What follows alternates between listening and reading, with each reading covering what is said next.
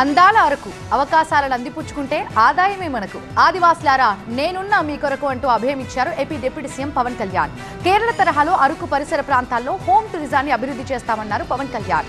ఆదివాసుల బతుకుల్లో వెలుగులు నింపటమే లక్ష్యంగా పనిచేస్తామన్నారు డిప్యూటీ సీఎం. అల్లూరి జిల్లాలో రెండో రోజు పర్యటించారు డిప్యూటీ సీఎం పవన్ కళ్యాణ్. పలు అభివృద్ధి పనులను ప్రారంభించారు. కురిడి గ్రామంలో రచ్చబండ నిర్వహించారు. పంచాయతీ అభివృద్ధికి 5 లక్షల రూపాయల సొంత నిధులను ప్రకటించారు. గంజాయి సాగును బంద్ పెట్టాలని ఆదివాసీలకు పిలుపునిచ్చారు పవన్ కళ్యాణ్.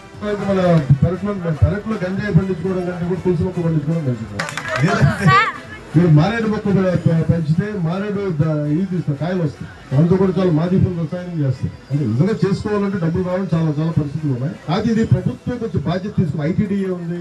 చాలా అంటే అన్ని కూడా పని చేయడానికి సంసిద్ధంగా ఉన్నారు, కానీ పని చేయించే నాయకత్వం కావాలి. కురిడి గ్రామాన్ని ఆదర్శంగా తీర్చిదిద్దుతానన్నారు డిప్యూటీ సీఎం. దత్తత తీసుకోవడానికి ఎందుకు వస్తాను ఇక్కడికి? నేను దత్తతం కాదు, మీకు నేను చేసి పెడతాను కదా. దత్త గ్రామం కాబట్టి ఇక్కడ కూర్చున్నాను. ఉమ్మడి సాగు ద్వారా కాఫీ తోటలు పండించి ఆదాయం పెంచుతామన్నారు పవన్ కళ్యాణ్. టూరిస్టులకు అద్దెకు ఇచ్చేలా ఇళ్లను అందంగా తీర్చిదిద్దితే ఆదాయం పెరుగుతుందన్నారు ఆయన.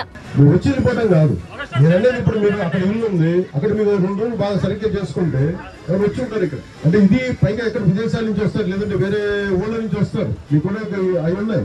సరిగ్గా కనుక మనం చేసుకోగలిగితే ఉండడానికి కొంచెం ఇబ్బంది లేకుండా టూరిస్ట్ వచ్చేలా ఉంటే మీ గ్రామాలు ఇది చాలా పెద్ద ఇన్కమ్. కేరళ తరహాలో అరకు ప్రాంతాన్ని హోమ్ టూరిజం పేరిట అభివృద్ధి చేస్తామన్నారు పవన్ కళ్యాణ్. ఈ గిరిజన గ్రామ దేవతలు విశ్వాసాల ఆధారంగా సాంస్కృతిక పర్యాటక కేంద్రాలుగా అభివృద్ధి చేస్తే దానివల్ల అదనంగా కొంత ఉపాధి లభిస్తూ ఉంది. అలాగే మీరు కొత్తగా కనుక పండుగలు కానీ ఉత్సవాలు కానీ పర్యాటకులు కొత్త అనుభవం యువత సపోజ్ కేరళ పోయామనుకోండి, కేరళ పోతే అక్కడ ప్రత్యేకించి వాళ్ళ ఉత్సవాలకి మనం అందరం పోతాం ఇక్కడి నుంచి. అలాగే దింస నృత్యగారులు ఉన్నారు, వారిని చూడడానికి ప్రత్యేకించి వస్తారు. వీటన్నిటిని అనుసంధానం చేసి మీకు ఉపాధి అవకాశాలు లభించేలా ఒకసారి టూరిజం శాఖ మంత్రి గారితో కూర్చొని.